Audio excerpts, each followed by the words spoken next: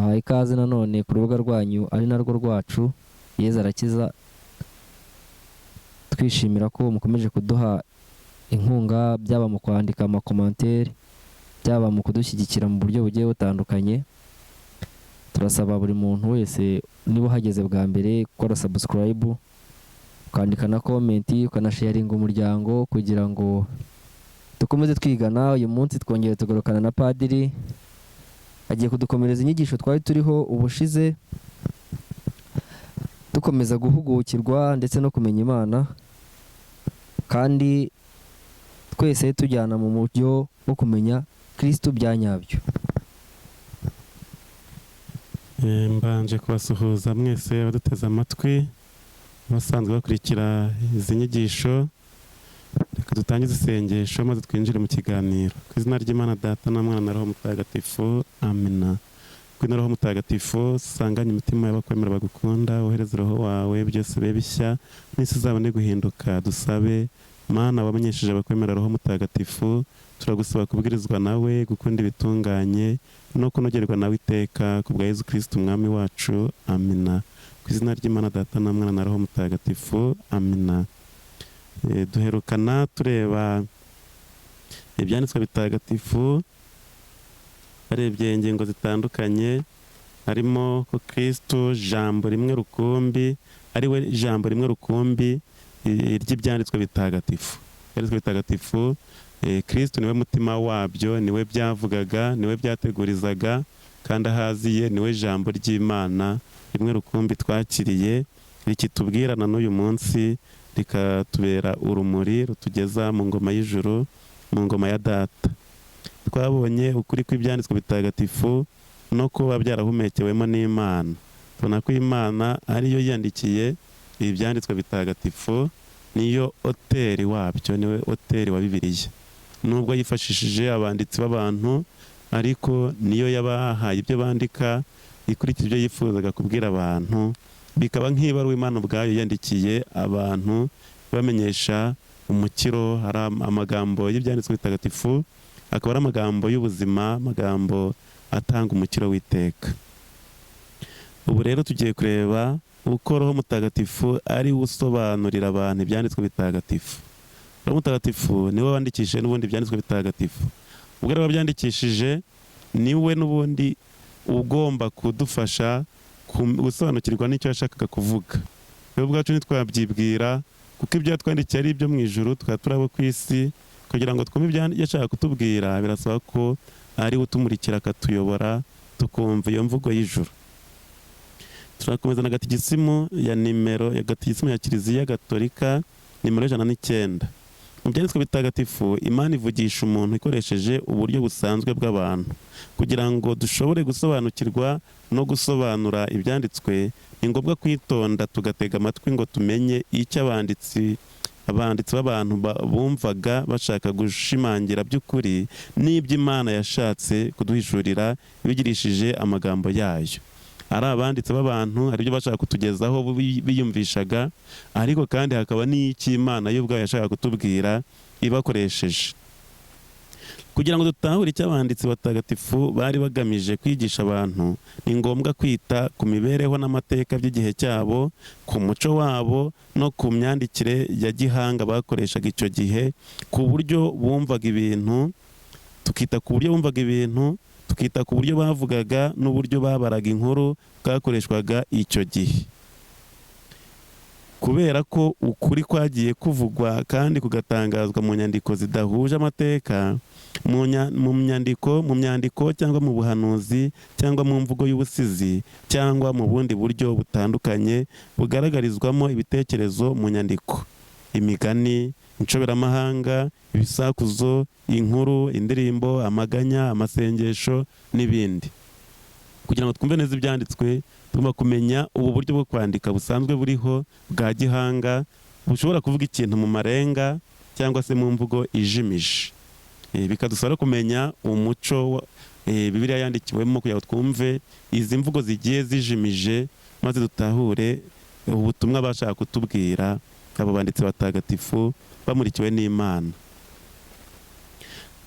Tukomeje na nimero 111.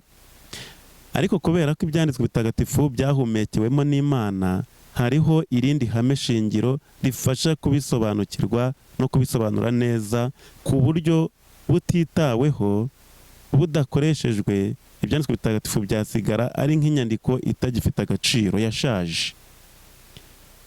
Ibyanditswe bitagatifu bigomba gusobanurwa no gusomwa no gusobanurwa mu rumuri rw'uwo Roho Mutagatifu wabyandikishije. Iyo niyo ngingo tugomba kwitaho, ntitwirengagize.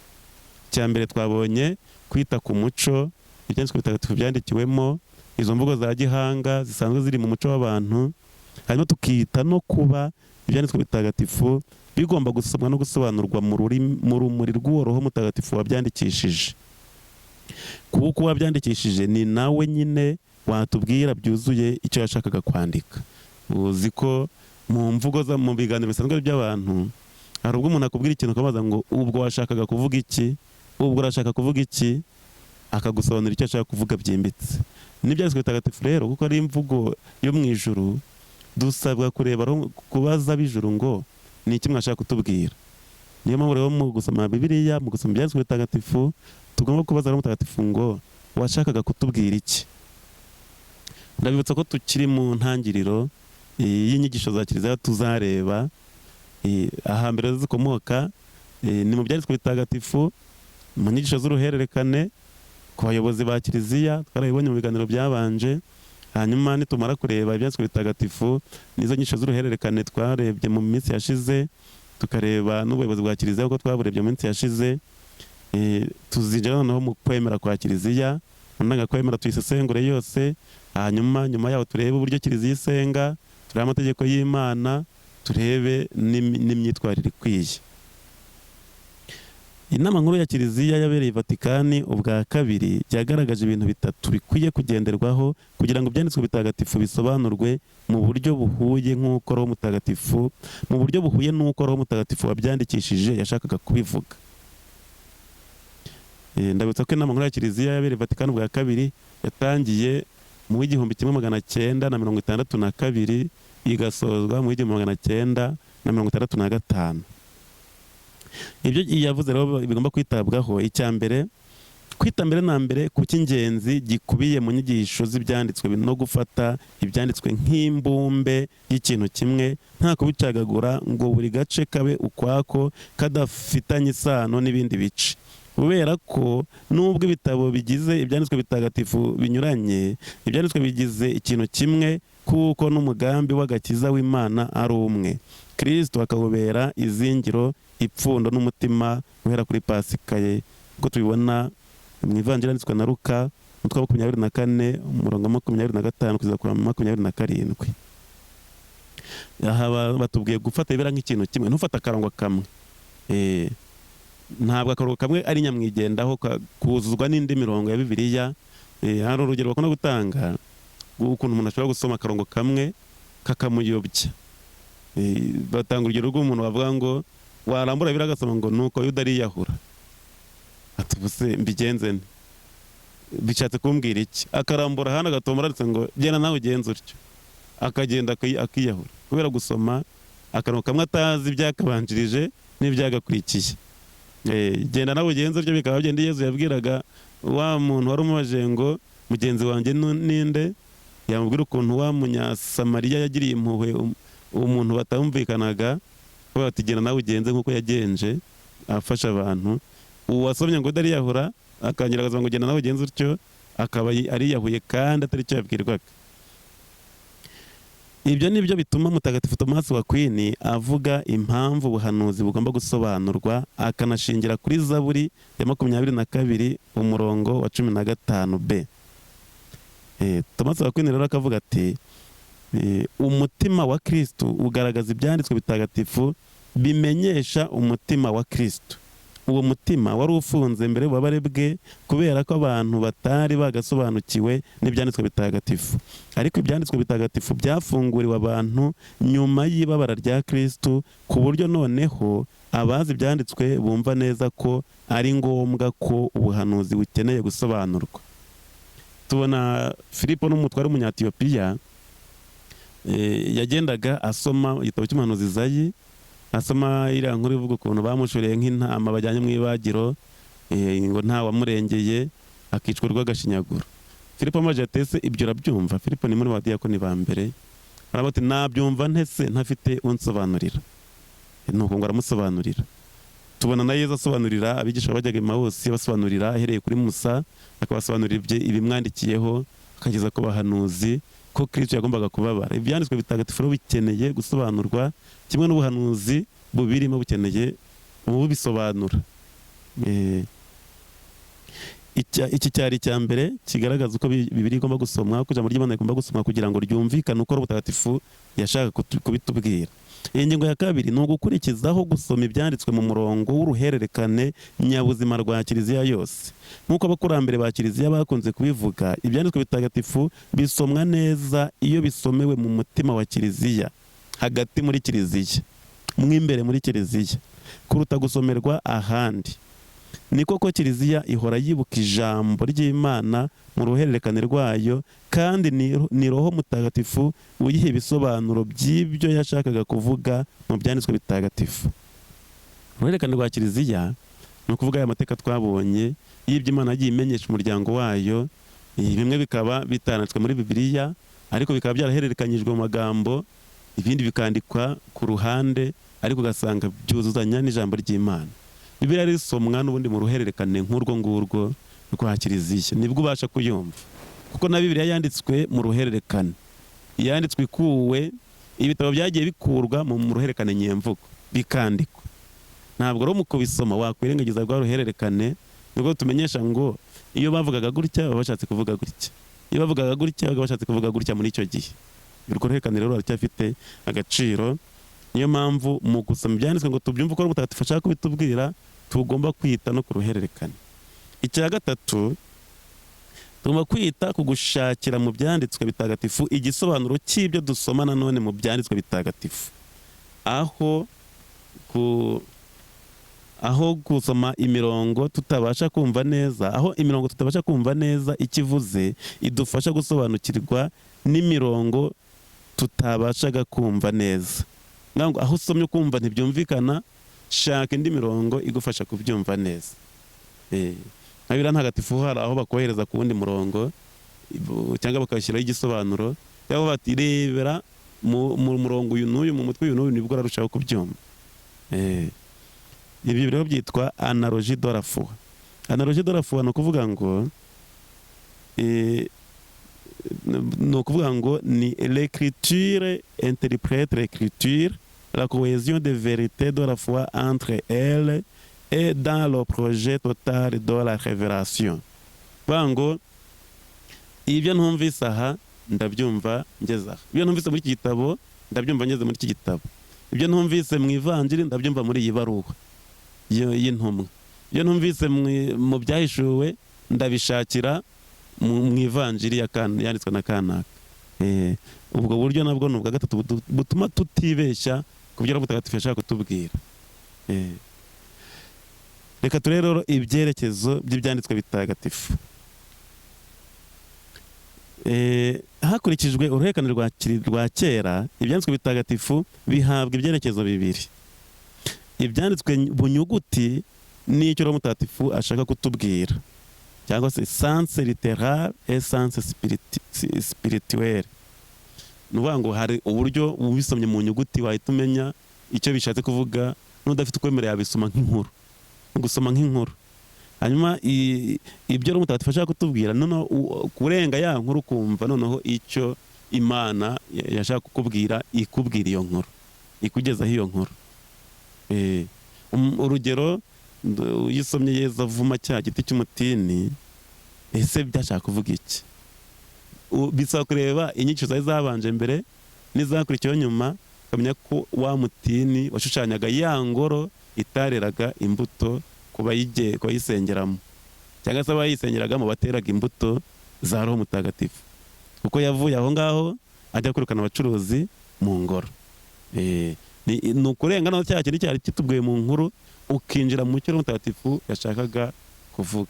Bityo umutini utera imbuto urashushanya imitima y'abantu b'icyo gihe bateraga imbuto z'ubutungane. ibyanditswe mu nyuguti ni iby'ubwenge bwacu bubasha kumva ku ikubitiro. Ibyo Roho Mutagatifu atubwira ni ibyo twumva mu byanditswe dushingiye ku mugambi umwe w'Imana w'agakiza, tukarenga ibigaragara mu nyuguti tukagera ku cyo ibivugwamo byatubereyemo ibimenyetso biducira amarenga yo kugera ku mukiro. Twavuga ko rero ibyanditswe mu nyuguti bitubwira ibyabaye, bitubwira inkuru z'ibyabaye.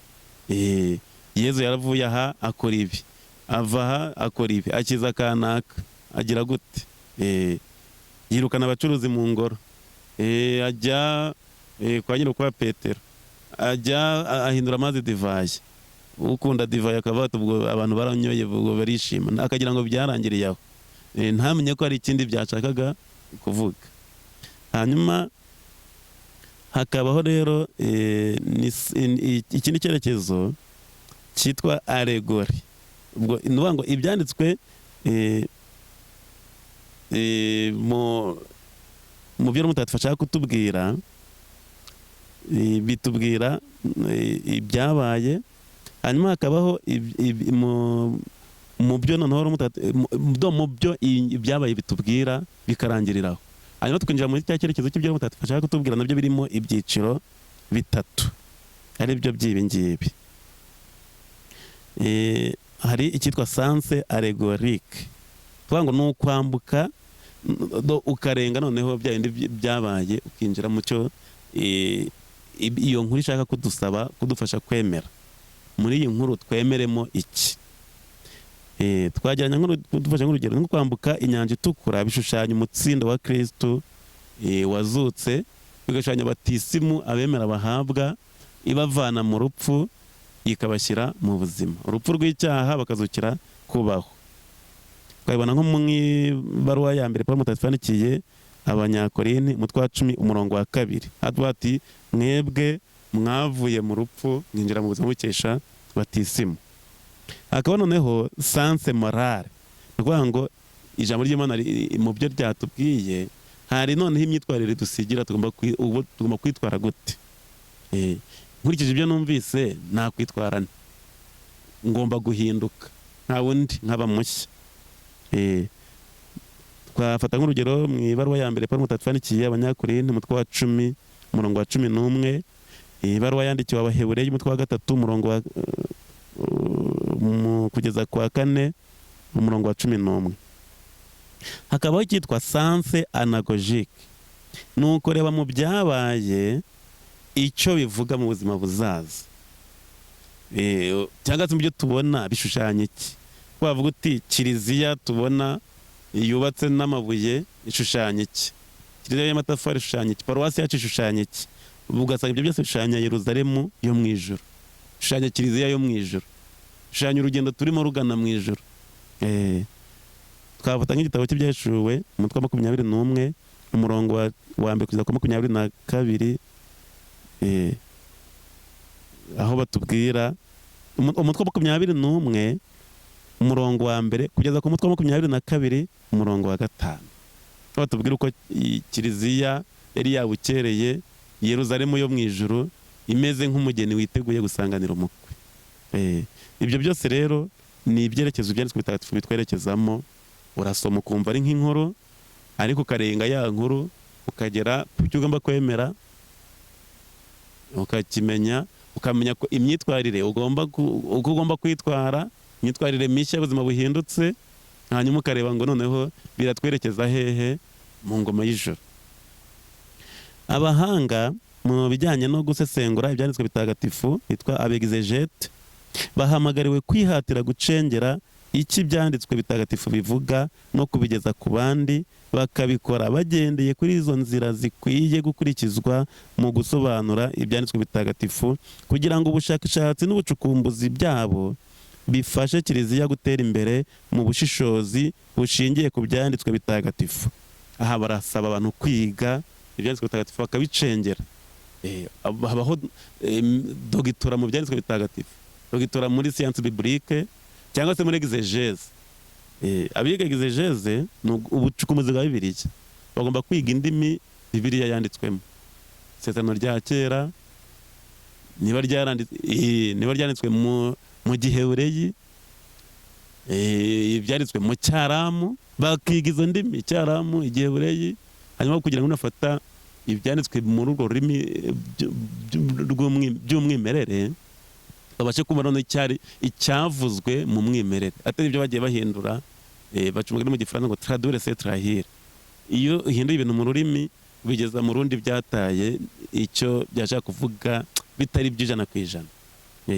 Ubwo rero bisaba gucukumbura ukiga izo ndimi, bareze ukiga noneho umurongo wa Bibiliya ku murongo kugira ngo umenye neza ugendeye kuri izi nzira icyo Imana ashaka kutubwira mu by'ukuri ni ikihe. Uyu rero ni umurimo w'abiga Bibiliya, cyane cyane abiga exegèse biblique, ubucukumbuzi, gusesengura Bibiliya mu buryo bwimbitse, kubera ko ibijyanye no gusobanura no gusobanukirwa n'ibyanditswe byashinzwe ubushishozi bwa Kiliziya, yo yahawe ubutumwa n'ububasha n'Imana byo kurinda ibyanditswe bitagatifu no kubisobanurira abantu. Ubwo rero Kiliziya niyo mpamvu ihamagarira abo bantu kugira ngo babisesengure, bacukumbure Kiliziya mu byemezo ifata, by'imyemerere, by'imyitwarire, ishingire kuri ibyo ngibyo byasesenguwe n'abahanga babyize nabo bamurikiwe na Roho Mutagatifu. Iyo tugiye kwiga teolojiya baratubwira ngo teolojiya bayiga bapfukamye. Ivuga iki? Ugomba guca bugufi ugatega amatwi icyo Roho Mutagatifu akubwiye. Iby'Imana babyiga bapfukamye, uvuga ngo ugomba kubyiga wemera Roho Mutagatifu kukuyobora. Naha twasoreza rero, sinzi niba hari ikibazo wabaza. Ubutaha tuzareba uko ibitabo byo muri Bibiliya byemejwe, umurongo wagendewe kugira ngo byemezwe. Urakoze. Tuzabikomerezaho turebe iki gitabo cyagiye cyemezwa hashingiwe kuki, ese ninde wabyemeje, ninde ufite ububasha bwo kubyemeza, ese hari icyakwiyongeraho kuri uyu munsi, ese hari icyakurwamo, ese umuntu ashobora kugira umurongo ahinduramo. Ibyo byose tuzabireba, ariko muri make ntawagira icyo yongeraho, ntawagira icyo akuraho. Byose Kiliziya ibyo yemeje ni biriya, ibitaremejwe biri mu ruhererekane, ababishaka barabisoma bikagira icyo babyabungura mu bumenyi, ariko ibiri ijambo ry'Imana ryemejwe nk'ibitabo bya Bibiliya ni biriya bitabo 73. Hari n'ibindi byinshi byandikwaga bitemejwe, bibitse nk'ibitabo bitemejwe. Hanyuma hakaba n'inyigisho z'uruhererekane, na twabibonye ko nazo zunganira ibyanditswe bitagatifu. Hari ikindi wari ugiye kubaza? Kadusoze dushimira Imana yaturinze kandi ikaba yarakomeje kutugezaho ijambo ryayo mu mwana wa Yezu Kristo. Ijambo ry'Imana rikaba ritumurikira rikanadukiza. Mu izina ry'Imana Data na Mwana na Roho Mutagatifu, amina. Nyagasani Imana yacu, turagushimira urukundo dukunda, turagushimira ko watumenyesheje ijambo ryawe ry'umukiro.